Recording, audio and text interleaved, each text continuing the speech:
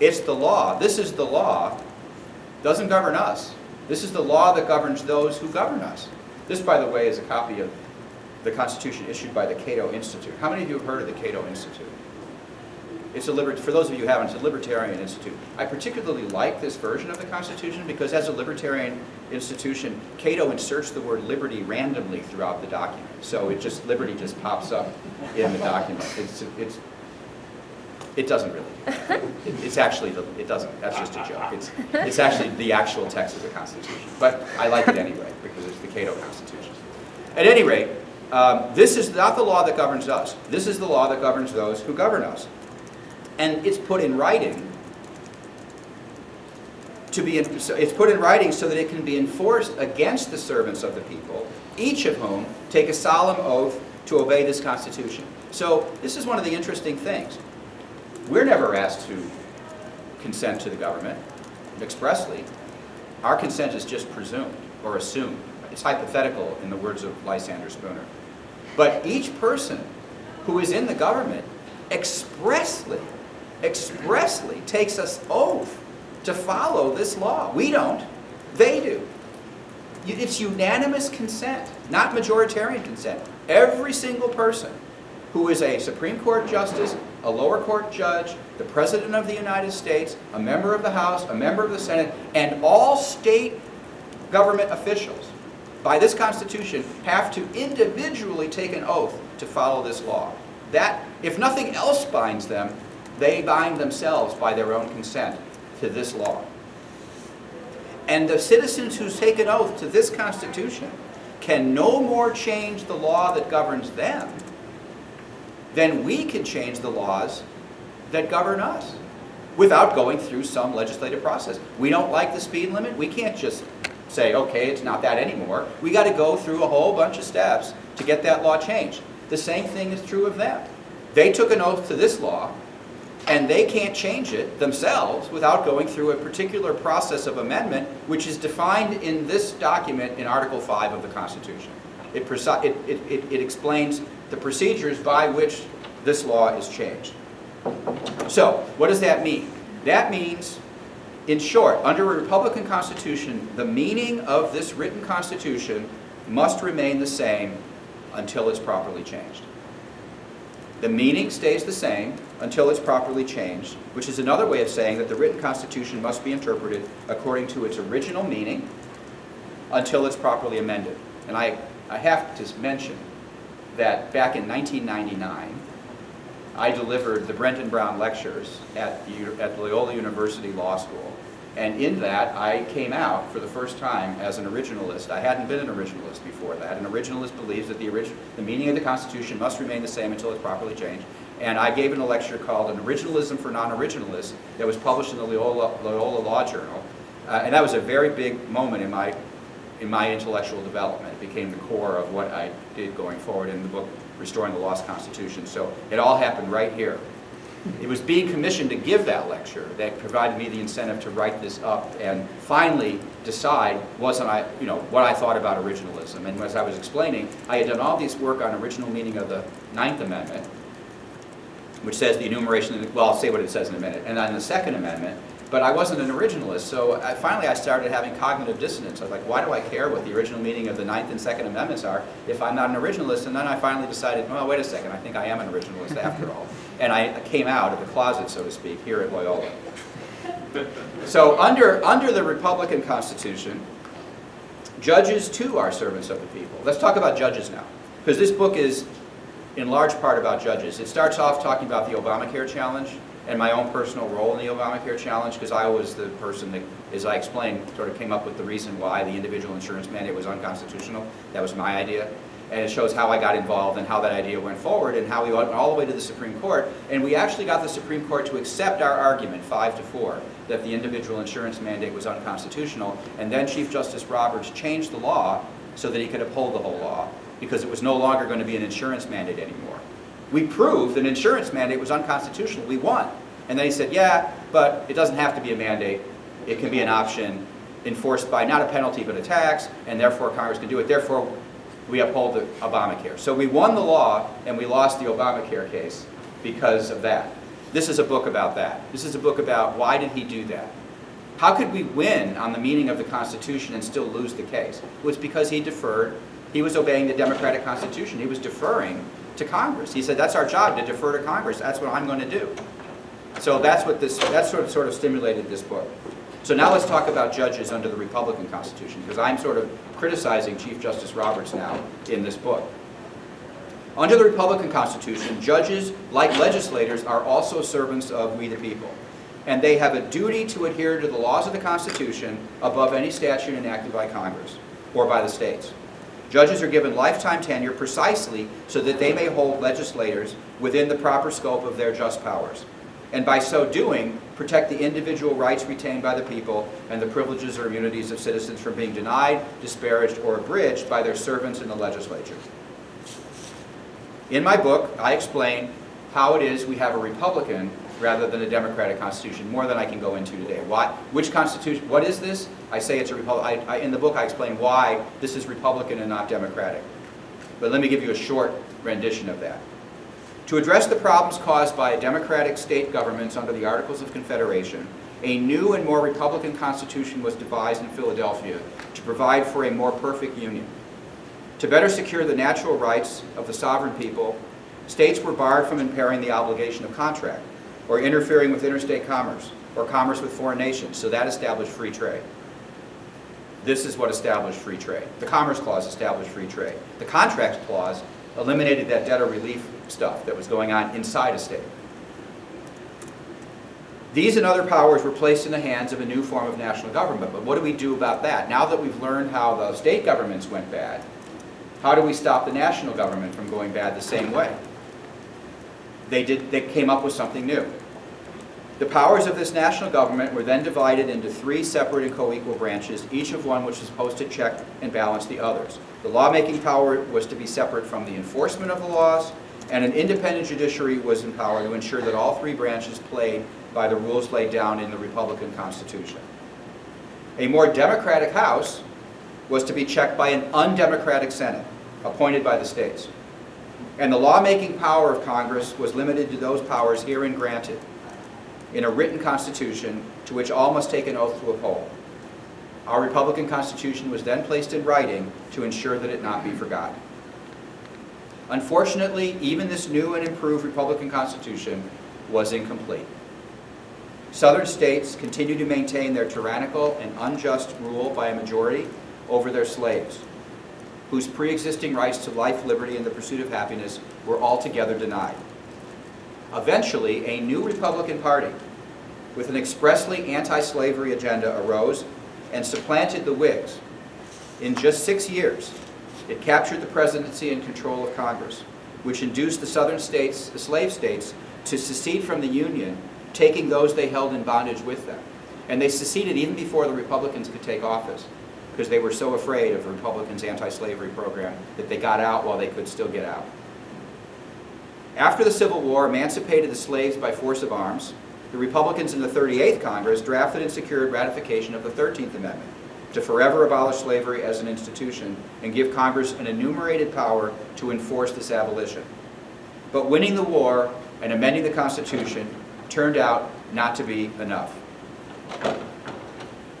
Southern racists resisted the new constitutional order, engaging in a brutal campaign of public and private terrorism. So, the Republicans proposed two new amendments that would greatly improve our Republican Constitution. The 14th Amendment would protect the privileges and immunities of citizens of the United States from being abridged by the legislative, judicial, and executive branches of their own states. Then, when the incentives of the 14th Amendment for black suffrage proved inadequate, the Republicans drafted and secured the ratification of the 15th Amendment to guarantee the right of blacks to vote, though it would be another 50 years before women would be guaranteed the right to vote. Sadly, all these efforts to complete the Republican Constitution were stymied by the Supreme Court. In case after case, the court, many of which came out of Louisiana for some reason, in case after case, the court gutted one provision after another, effectively nullifying key provisions of the written Constitution itself. Slaughterhouse cases, Louisiana. The Crookshank case, Louisiana. And as I'm about to say, Plessy versus Ferguson, again, unfortunately, Louisiana. What they replaced it with was a more democratic government, the more democratic government that was advocated by Southern racists, bent on the continuing subordination of their black minority. For example, in Plessy versus Ferguson, the court completely deferred to Southern states using their police power to segregate the races, supposedly to ensure the public order. In the North, that's what was happening in the South. That's the Democratic Constitution comes back in the South because it helps the white majority repress the black minority. In the North, progressives like Theodore Roosevelt, Republican, and Woodrow Wilson, Democrat, were urging judicial restraint from invalidating progressive state laws. From that day until this, one provision of our Republican Constitution after another has been interpreted out of existence in the name of what Sandy Levinson, my friend Sandy Levinson in his book has recently called our undemocratic Constitution, making it more democratic. So you start off with an undemocratic Constitution, and by systematically eliminating the Republican parts, you make this Constitution more democratic than it is supposed to be. It's no coincidence that the textual provisions of this Constitution that recognize and protect the individual nature of popular sovereignty have had to be ignored to make our Constitution more democratic. Take the Ninth Amendment, I mentioned it before, which affirms that the enumeration in the Constitution of certain rights shall not be construed to deny or disparage others retained by the people. Let me say that again.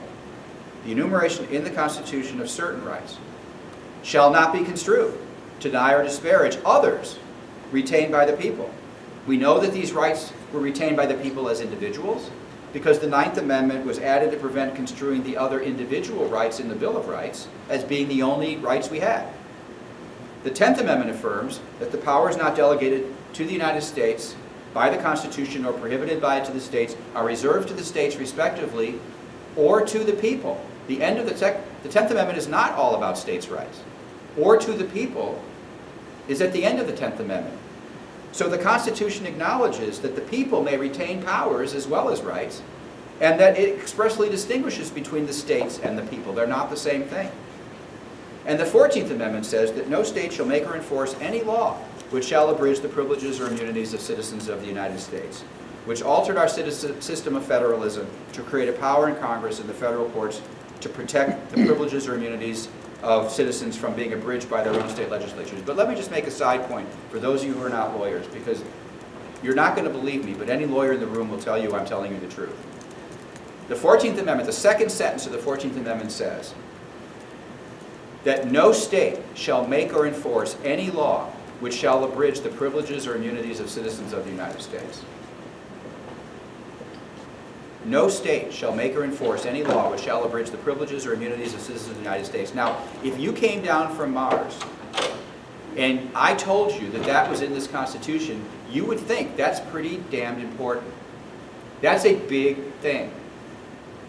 And now if I tell you that from 1873 until today, because of a case called the Slaughterhouse cases involving a monopoly grant to a New Orleans company to create a slaughterhouse, because of that case, that provision of the Constitution has been non-operative from 1873 until 2016. It's as though it didn't exist. You would think there's something wrong. There's something very wrong with that picture, and that's the truth. There's been one time that the Supreme Court relied on the Privileges or Immunities Clause in a minor way, and Justice Thomas, in his concurring opinion in the City of Chicago versus McDonald case, which extended the right to keep and bear arms to states as well as to the federal government, his fifth concurring vote was based on the Privileges or Immunities Clause. Without that vote, we would not have the individual right to keep and bear arms in the states. It was not based on the Due Process Clause like the conservatives had done. So the other conservatives had done. But that's the only time it's been used to make that swing vote by Justice Thomas in 2006. Okay. The other Republican provisions are gone. They make it more democratic. But okay, the last thing I want to talk about before I wrap up, and I've added a lot of extra stuff for you because you're not, some of you because you're not lawyers. I've sort of gone off the script. But let me just address the last point that I think this Republican Constitution idea and we the people as individuals can help us out with. When I talk about the rights retained by the people, or I talk about the privileges or immunities of citizens of the United States, the first question anybody wants to ask is, well, what are they? What are they? They don't say what they are. You get to make up. Who makes them up? You get made up what they are? How do we find them? There's lots of ways to answer this question. But this idea of the Republican Constitution, in which we the people are sovereigns as individuals, helps answer the question of what are the rights retained by the individuals. So consider this. Under the Republican Constitution, the rights and powers retained by the individuals resemble those of sovereign monarchs. We are the kings of us. We are the kings and queens of ourselves. So we have to ask, what rights do kings and queens have? And that will help us answer, what rights do we have? This sounds crazy, but it won't. Just give me a second. Here it goes. Just as sovereign monarchs can claim jurisdiction over their territories, sovereign individual citizens have jurisdiction over their private property. The private property is our territory as sovereigns. Just as one monarch may not interfere with the territorial jurisdiction of other monarchs, no citizen may interfere with the person or property of any other.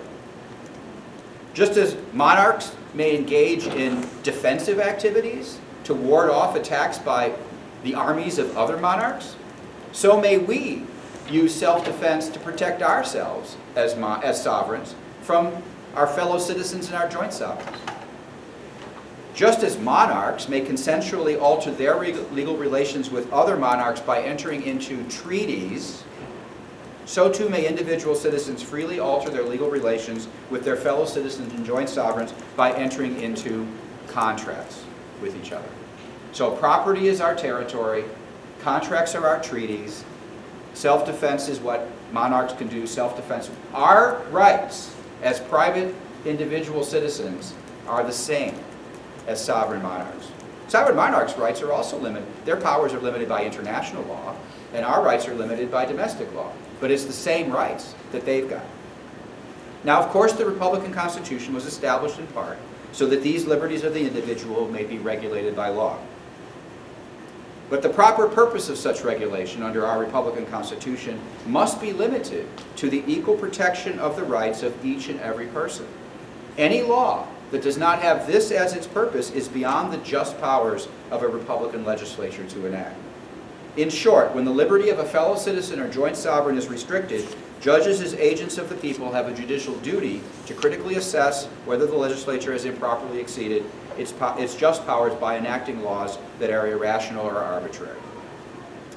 To conclude, today we live in a world in which most people invoke both the Republican and Democratic constitutions. Sometimes they favor the will of the people when it favors their policy positions. Sometimes they worry about individuals being victimized by what's called the tyranny of the majority when it doesn't. So sometimes you're in favor of the will of the people when the people are on your side, and sometimes you worry about tyranny of the majority when you're in the minority. Only by recognizing the difference between the Democratic Constitution and the Republican Constitution can we ever hope to recapture the benefit of realizing that first come the rights of we the people as individuals, and only then comes government as their servant. The benefit of realizing that the will of the majority is not the solution to the problem of constitutional legitimacy. The will of the majority is the problem that a Republican form of government is needed to address. The flip. It's a complete flip. For only a Republican Constitution like ours, if it is followed, and this one has not been, only a Republican Constitution like ours, if it is followed, can secure the sovereignty of we the people, each and every one. Thanks.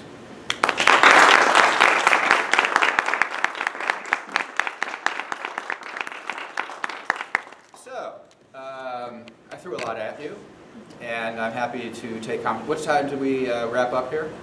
Formally, officially? 6:15. 6:15. So we have 20 minutes. I think I can hold up that long. Yes, sir. You mentioned the McDonald's. And would you mind identifying yourself so I sort of know, because it's a very diverse group here, so. Hi, I'm John Levin, at Teach Economics here. Great. You mentioned the McDonald case. Yes. And I was wondering if the Heller decision also reaffirmed that interpretation of the primacy of the rights of the individual. Well, the Heller case, for those of you who don't know, was the case that invalidated the ban on handguns in the District of Columbia. And I have to say that thanks to the Heller case, so you think Supreme Court cases don't make any difference. Thanks to the Heller case, I bought my first gun last week. I've shot all my life. My dad's owned guns, but I never wanted to own a gun. I never had the need to own a gun. I never lived in a neighborhood where I thought I needed to have one or carry one. And it isn't legal to carry in D.C. yet anyway. But after all this mishigas about gun rights and gun control, I think it's now my patriotic duty to own a gun whether I need one or not. So I bought a really nice Glock 30 last week, and I'm waiting for it to make its way from Maryland, because we have no gun stores in D.C. It's got to make its way from Maryland through this gun dealer in D.C. that has a monopoly and charges $150 for its services over and above the cost of the gun, and it's got to go to the D.C. Police Department where I go pick it up, and there's a big procedure that has to be followed. But I'm going to have my first gun, thanks to the Heller decision, which was authored by Justice Antonin Scalia, who very sadly passed away a few weeks ago. Yes, it certainly protects the individual right to keep and bear arms. It also is premised, the opinion is premised on the notion that there's an actual unenumerated, Justice Scalia was not good on unenumerated rights. Let me just say, there's a lot about Justice Scalia I like. There's an awful lot about Justice Scalia I disagreed with, even though he became kind of a friend of mine since I've been at Georgetown Law School, and I was much more affected emotionally by his passing than I ever would have expected to be after he ruled against us and voted against me in the Raich case, which is this medical marijuana case. The only case I argued in the Supreme Court was this medical marijuana case, and Justice Scalia ruled against me, and I held it against him for quite a while, but I came around, and I grew kind of fond of the guy. But he was not good on unenumerated rights. But he was better on enumerated rights than other people are. So he believed in the individual right to keep and bear arms. He was actually very good on the First Amendment also. But underlying the enumerated right to keep and bear arms was a right of personal self-defense. Now that's not enumerated in the Constitution, and it isn't in the Second Amendment either. But there is a pre-existing natural right to self-defense I already mentioned, and the right to keep and bear arms is to protect the means of self-defense. So it's a protection of the means rather than the end itself. And in that sense, Heller certainly was a protection of the individual rights. But the problem, when it went to apply it to the states is that the Second Amendment originally applied only to the federal government. So how does it get applied to the states? Well, nowadays that's done by the Due Process Clause under a doctrine called incorporation. This is a modern doctrine. It is not a historic doctrine. It's a post-1940s doctrine that individual rights in the Bill of Rights are incorporated in the Due Process Clause of the 14th Amendment and then apply to the states. That's not the way it was thought of prior to the 1940s. Before that, it was thought that the Due Process Clause simply protected fundamental rights. And some of these fundamental rights are mentioned in the Bill of Rights. But it's not that it's literally incorporated. So, for example, the first right that the Due Process Clause was used to protect was the right to be free from takings for public use without just compensation. Well, it was a case called Chicago-Burlington, which is an 1890s case. That was a case that protected the right that's in the Fifth Amendment's takings clause. But when Justice Harlan decided that case, he didn't even mention the takings clause. He just said that this is a fundamental right that all free people in a Republican government, probably didn't use the word Republican government, I'd have to go back and see if he did. All free people would have a right to, and it so happens it's the same right that's in the Fifth Amendment, but he doesn't rely on the Fifth Amendment. So this is a modern doctrine, and what that has meant is that only the enumerated rights get carried over, the ones that are incorporated, leaving the unenumerated rights unprotected. And so that's how Heller was ultimately, that's how McDonnell was decided. McDonnell was decided 4 justices, the more conservative justices, incorporated the Second Amendment through the Due Process Clause to the states. That's the sort of post-1940s way of doing it. Only Justice Thomas said it's the privileges or immunities of citizens that the original meaning of which protected both enumerated and unenumerated rights. And among the enumerated rights it protected was the right to keep and bear arms. So that's how he did it. Yes? One of the areas where this has come up, of course, has been Roe and its progeny over the last 40 years. I find it interesting that there's very little discussion about whether or not a fetus, in some sense, is a person. Because if it's a person, then it has certain rights. How would you analyze? Well, actually, you've sort of done half the analysis that's necessary to be done, and that is you have to decide. There's a threshold question, which is, when do you become a person? It isn't necessarily when you're human, because I don't think it's not deniable that human life, it's your human life from the time two cells join, you're human. But when do you become a person? And I think that people have a very strong disagreement about that. Some people would think you become a person at the moment of conception. Some people think, historically it was thought, you essentially became a person at the time of quickening, in which case you would be or what the Catholics would call ensouled. I guess they were in the right location to be talked about things like that, right? You'd be ensouled, not right away, but eventually.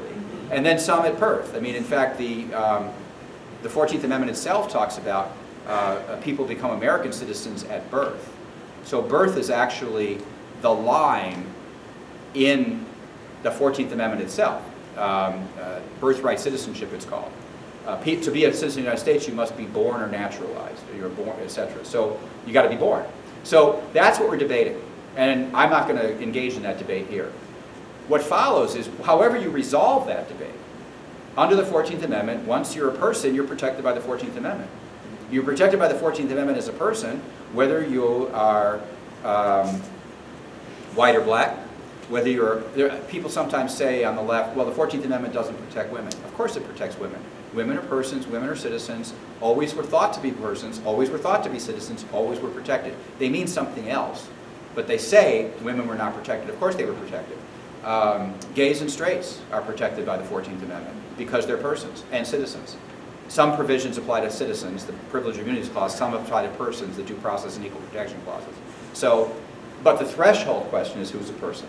And that's something you have to debate separately.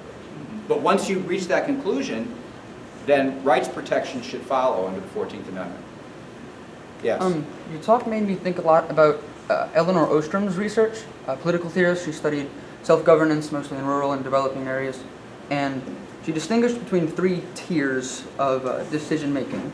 Rational choice decisions that are only involve the individual. I choose an apple over an orange. Then there's collective action decisions on a tier below that. What's the first one? Rational choice decisions. Okay. On the tier below that is collective action decisions that involve more people, that involve everyone.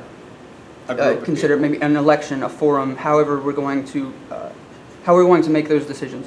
And then there are constitutional decisions at the lowest area, the law that governs those who govern us. And she emphasized... You're quick. You got that part. That's good. She emphasized that there needs to be, the lower the tier, the more costly it has to be to change the process. It's not costly for me to change my mind and say, I want an orange instead. But it's hard for me to campaign successfully for a candidate, and it's infinitely more difficult for me to amend the Constitution. And that goes to what you said, the meaning of the Constitution must stay the same until it's properly changed. You're getting all the bullet points. This is great. And so, my question is, how difficult should it be to properly change the Constitution, especially if Ostrom is right in saying that the circumstances of time and place are going to have a large effect on what makes for an effective Constitution. Should it be Civil War difficult to change the Constitution? You put your finger on maybe the most difficult question about our Constitution. There's more than one difficulty with our Constitution, but this is one that is a serious difficulty, or maybe it's a bug, maybe it's a feature. I mean, I don't know which it is exactly, but it's something that has to be thought of, how hard it is to change our Constitution. Most people who are living constitutionalist proponents, most academics who are living constitutionalist proponents, if you put it to them, and I've done it, and you say, if the Constitution were much easier to change than it is, would you be an originalist and not a living constitutionalist? And most of them will admit, if they're being honest, that they would be. Because the reason why they're a living, one of the basic reasons why they're a living constitutionalist is because they believe it's too hard to change, and therefore we have to update the Constitution. We can't update it by Article 5 amendment, unfortunately, because it's too hard to change. They have to let the judges update it, have to somebody else update it. That's why they're living constitutionalists, because it's too hard. Maybe it is too hard. It has been changed 27 times. Whether that's too hard or not, I'm not sure. Well, I've tried, whether it's too high, but, well, here, but the point I would make is that it may not be quite as hard as it seems to us, and that's because we have lost the culture of amendment. Mm-hmm. What happened after Chisholm versus Georgia? The states didn't like the outcome of Chisholm versus Georgia. They didn't like the fact they were going to have to pay all these Revolutionary War debts. They said it was a breach of promise because they said if we bought into the new union, we were not going to. The new union was not going to be used against us to pay these war debts, and that's why they were so pissed off. And so within 2 years, they passed the 11th Amendment, which didn't technically reverse Chisholm, although later on the Supreme Court thought it did. It simply said you can't sue states. One citizen of a state cannot sue another state in federal court. It changed Article 3. So they changed the amendment. They had a problem. They changed the Constitution. And in the past, we've had a problem. We've changed the Constitution. You know, when people thought that Congress didn't have power to pass prohibition, they changed the Constitution. When people thought that that was a disaster, they changed the Constitution back. There was a culture of amendment. If there's a culture of amendment, you have political organizations, you're used to doing it. But there was at some point in our political history where the Constitution became sacrosanct. Now, I think the Constitution is pretty good, but I don't think it's perfect. I have a proposal for 10 constitutional amendments, some of which I mention in the book. I have an article in Forbes.com where I list a bill of federalism, 10 amendments. The governor of Texas just endorsed a bunch of amendments. Mark Levin has a book called The Liberty Amendments in which he proposes 11 amendments. There's ways this Constitution could be made better. But we need a culture of amendments in order amending to do it. So I think if our culture was more amendment friendly, if we didn't, every time you propose changing this, the other side says, you're going to violate our sacred Constitution. How can you change it? How can you mess with it? You disagree with the framers and the founders, the wisdom of them. And look, you can see I'm reasonably positive about the founders, right? But they also included Article 5 that said you can change it. The wisdom of the founders is you can change it. So we should change it. So if the culture was better, that we got more used to the practice of doing it, maybe it would happen more often and there'd be less impulse for a living Constitution. Or maybe it's just too hard. But I don't think it's quite as hard as it necessarily seems. Hi. Hey, it was Roger Sherman, by the way, who said that we shouldn't incorporate Madison's amendments in the text. I know. He wanted, because I think he was the first one who said it was safe. Anyway, I think it's in your case. Yeah, it is. I knew I didn't think it up. So this is a reference. Can I explain to everybody else what you're just mentioning? Madison gets up in Congress and makes a speech. What happens is, in order to get the Constitution passed, the anti-federalists object to the Constitution because it lacks a Bill of Rights. They say a Bill of Rights is what every free people has a right to expect. This Constitution doesn't have one. Vote against the Constitution. And it really looks like the Constitution is going to go down. And so in order to get it passed, Federalists, supporters of the Constitution, says, one of the things the Anti-Federalists didn't necessarily care about a Bill of Rights, they cared about defeating the Constitution.